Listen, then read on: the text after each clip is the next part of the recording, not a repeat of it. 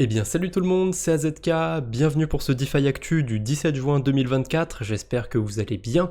Hier, je vous ai pas fait de DeFi Actu, je vous ai sorti un truc un peu original qui sortait de l'ordinaire, une petite musique autour des airdrops. Si jamais vous n'avez pas été écouter ce banger, vous le retrouverez dans la description, et c'est la transition parfaite justement pour le premier sujet de cette vidéo, c'est les airdrops, et je vais mettre une version nuit sur ce site. C'est un peu plus agréable pour moi personnellement. Bref, qu'est-ce que je fais sur ce site? Eh bien, c'est un site qui permet de voir si son adresse a été marquée comme Sibyl ou pas auprès de Layer 0. Parce que Layer 0, vous le savez, ils ont fait toute une liste, toute une campagne autour des Sibyl. Alors la liste, elle n'est pas encore finale, elle est encore provisoire, mais c'est quand même bien de vérifier si jamais on est sur cette liste ou pas. Moi, j'ai eu un petit coup de frayeur, l'adresse de la chaîne YouTube qui est publique, que vous voyez là, elle était taguée comme Sibyl.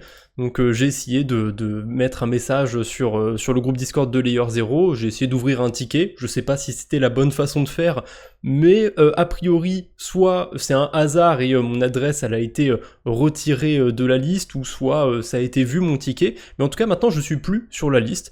Donc voilà, si vous êtes sûr de pas être Sibyl et que vous êtes tagué, on sait jamais, essayez d'aller sur le Discord de Layer 0, si j'y pense je vous mettrai aussi le lien dans la description. Et bien sûr, vous aurez le lien pour vérifier si vous êtes tagué comme Sibyl ou pas. Ça c'est pour Layer 0, ensuite ZK Sync. Comment ne pas parler de ZK Sync aujourd'hui puisqu'ils ont lancé leur token.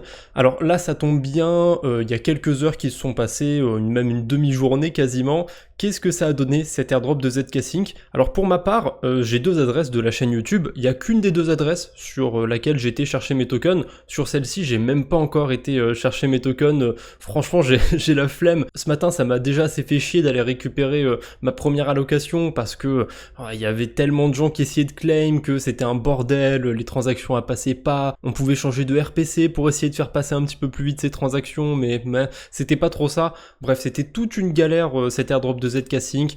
Tant mieux à ceux qui l'ont récupéré au tout début et qui ont pu le vendre autour des 30 centimes, parce que là le token il a bien dump, Si on prend un prix de lancement autour de 30 centimes, vu qu'il a été à 21 centimes quasiment, il s'est pris un moins 30%, donc je sais pas si la baisse elle est finie, si ça va remonter, j'ai pas ma boule de cristal sous les mains, mais en tout cas je suis pas trop étonné de voir ça, c'était assez attendu comme pression vendeuse sur le token ZK. Néanmoins, je trouve qu'il est pas si bien capitalisé. Alors c'est mon opinion, je peux me tromper, voilà, le truc qui peut encore être divisé par deux en termes de prix, mais ce qui me fait dire ça, c'est que on a quand même un token ZK qui est moins valorisé qu'un token Starknet, et je trouve ça assez fou.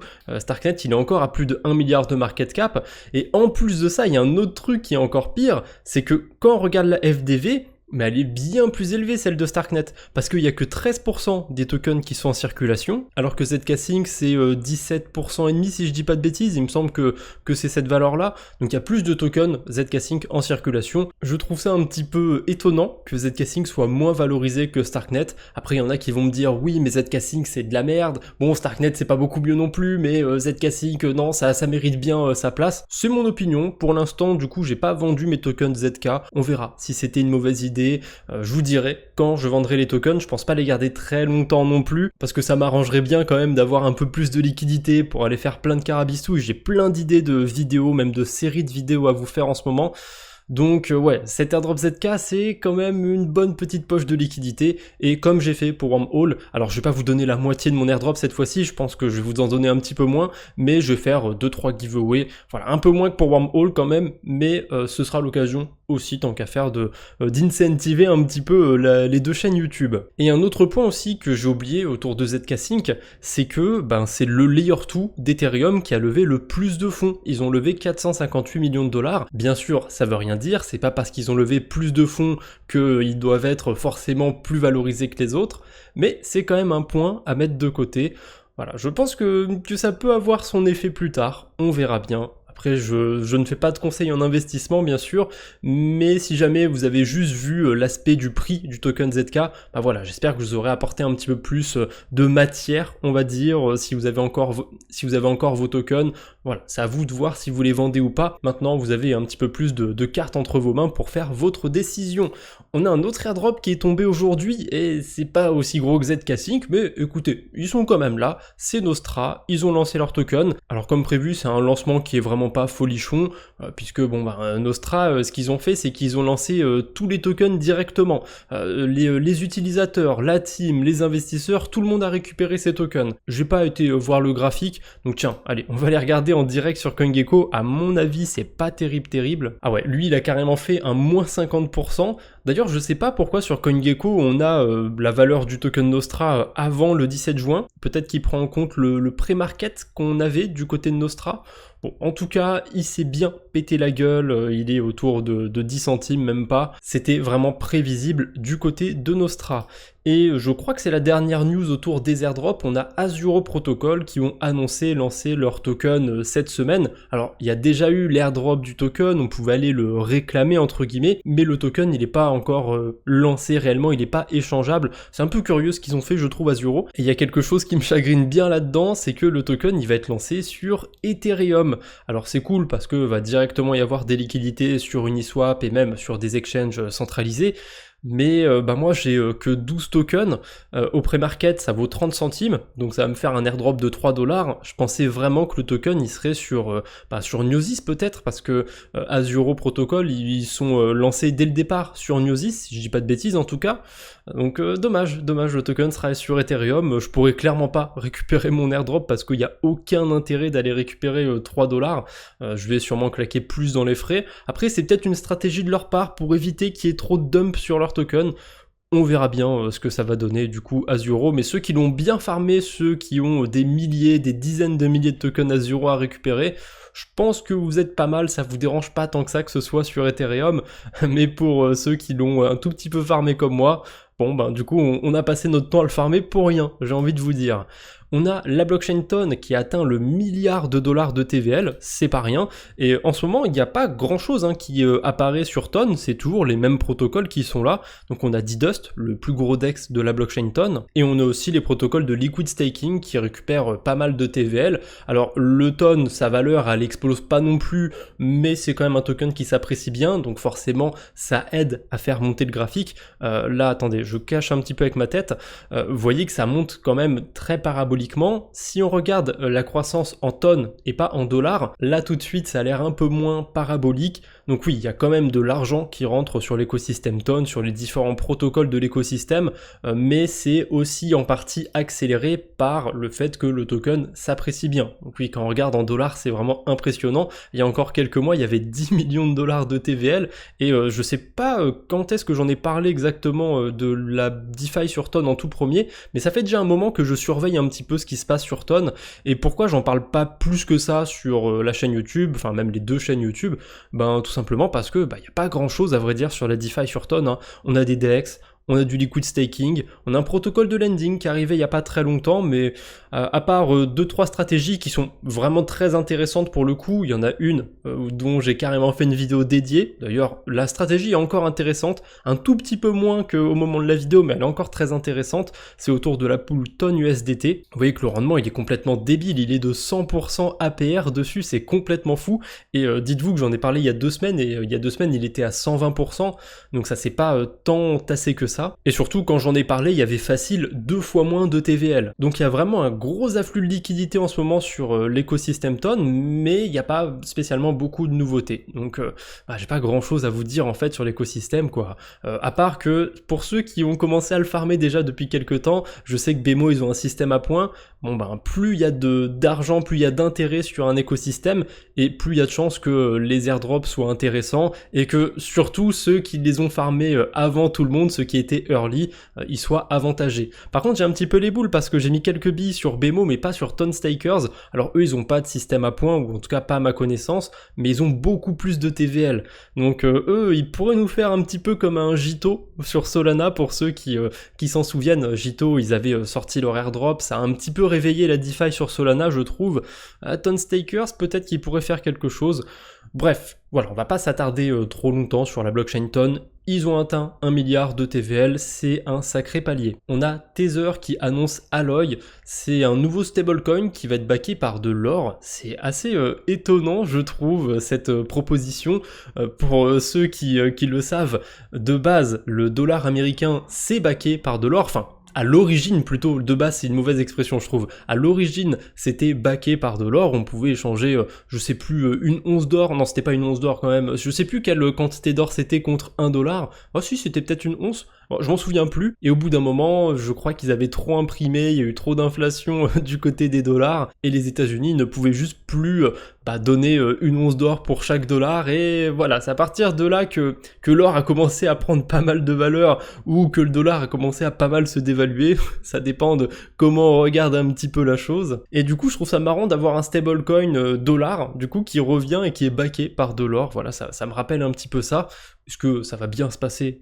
Je sais, il y a Tether derrière, je m'en fais pas trop, et c'est pas non plus un stablecoin à l'échelle d'un pays pour l'instant, donc ça devrait aller, c'est encore tout nouveau. Mais comme quoi, ils essayent un petit peu de se diversifier, de pas rester que sur leur USDT. Tether, ils investissent aussi pas mal dans des mines de Bitcoin, dans d'autres projets aussi crypto, donc c'est toujours intéressant de voir les nouvelles choses qu'ils nous proposent. On a deux news un petit peu anecdotiques, mais je trouvais ça marrant, deux trucs qu'a déclaré Arthur Hayes, le fondateur de BitMEX. C'est une personnalité assez réputée dans la cryptosphère. Moi je connais pas plus que ça le bonhomme, mais en tout cas à chaque fois que j'en entends parler, c'est quelqu'un qui est assez réputé, qui a pas l'air de trop se tromper, et il nous a déclaré dans une interview qu'un ETF Dogecoin pourrait être lancé avant la fin de ce cycle. Alors pourquoi pas, mais ça me fait un peu trop penser en fait au bull run de 2017-2018 où le Dogecoin il a explosé un petit peu après le Bitcoin et ça a marqué la fin du cycle. Bon, pourquoi pas, hein, pourquoi l'histoire ne se répéterait pas, j'ai envie de vous dire, mais oui, c'est clair que si on a un ETF Dogecoin qui est lancé, ce sera difficile d'imaginer qu'on n'est pas sur autre chose qu'un top de marché. Après, peut-être que le marché sera vicieux cette fois-ci et ce sera pas tout à fait le top et il y en a qui vont vendre alors que c'était pas le moment de vendre. Et ce petit Arthur Hayes, il nous a dit autre chose. Donc Arthur Hayes nous prédit que Aptos renversera Solana et deviendra le numéro 2 des L1. Cela prendra entre 1 an et 3 ans selon lui. Alors j'aime bien l'écosystème Aptos, y a pas à dire, mais je sais pas. Honnêtement, je le vois pas renverser Solana ou en tout cas pas dans la configuration actuelle. Parce que pour utiliser Aptos, je sais que ça marche bien à Aptos, mais il n'y a pas tant d'utilisateurs que ça, alors que Solana, il y a déjà une grosse base d'utilisateurs, il y a toute une culture aussi, des meme coins, de la dégénérie un petit peu sur Solana, donc je pense que ça va être difficile quand même pour Aptos de passer devant Solana. Aptos pourrait prendre pas mal de traction, pourquoi pas, mais je trouve que c'est un petit peu trop gros d'imaginer ça. Il a également déclaré que le plus grand risque au cours des 2-3 prochaines années est qu'un important dépositaire de crypto soit hack et perde 50 à 100 milliards de dollars en crypto, ce qui marquerait la fin du cycle. Alors je vois pas trop ce que ça veut dire dépositaire, je pense que c'est la traduction qui est pas terrible. Est-ce qu'il parle d'un exchange? Est-ce qu'il parle d'un protocole de DeFi? À mon avis c'est plutôt un protocole de DeFi et ça voudrait peut-être parler d'EigenLayer je pense, quand je vois la somme en tout cas 50 à 100 milliards de dollars. Quoique, EigenLayer c'est peut-être plus que ça, hein. Parce qu'il y a moins de 50 milliards de dollars sur EigenLayer, mais il y a tellement de protocoles qui sont empilés par-dessus EigenLayer, je pense que ça pourrait avoir un gros impact s'il y a un souci de ce côté-là. Après honnêtement, je suis pas si pessimiste que ça sur le restaking. Je pense aussi qu'il pourrait y avoir un gros hack sur la DeFi et que ça pourrait marquer la fin du cycle. Mais bon, j'ai pas non plus envie de faire l'oiseau de mauvais augure dans cette vidéo. Je pense qu'il faut quand même garder ce scénario en tête. Après, pour l'instant, la plupart de ces projets de restaking, ils sont encore en testnet, il n'y a rien de live. Donc au pire, pour l'instant, s'il y a des hacks qui sont découverts, c'est pas dramatique. Mais quand ces projets seront vraiment live, quand il y a des trucs qui seront lancés, là, ce sera autre chose, parce que EigenLayer, ils vont sécuriser pas mal d'écosystèmes, il y a déjà plein de projets qui ont annoncé se lancer grâce à la solution d'EigenLayer. Là, on aura peut-être des soucis s'il y a un hack qui est trouvé à ce moment-là. Mais pour l'instant, s'il y a un hack qui est trouvé du côté d'EigenLayer, après ça dépend où c'est exactement, mais si c'est sur ce qu'ils développent en testnet, je m'en fais pas trop. Bref, tant qu'on parle aussi d'Aptos, il y a un petit truc important à faire sur cet écosystème. Pour ceux qui ont touché l'airdrop de Solana Finance, vous avez des VECL, pensez à voter sur les pools de liquidité. Je vous dis ça, mais j'ai pas voté non plus cette semaine, j'ai oublié, donc je vais aller le faire après cette vidéo. Voilà, ça permet de récupérer quelques incentives si jamais je dépose mes VECL sur la pool Solana Aptos. Vous voyez que mes rewards, ça va être 140 $. Je vous rassure, je vais pas récupérer 140 $. Pourquoi? Parce qu'il y a plein de gens qui sont comme moi qui n'ont pas été votés. Et comme il reste 2 jours, bon bah d'ici là, il y a plein de gens qui vont se réveiller, qui vont aller voter. Il y a aussi pas mal de gens qui attendent la fin des époques, donc la fin des périodes pour voter.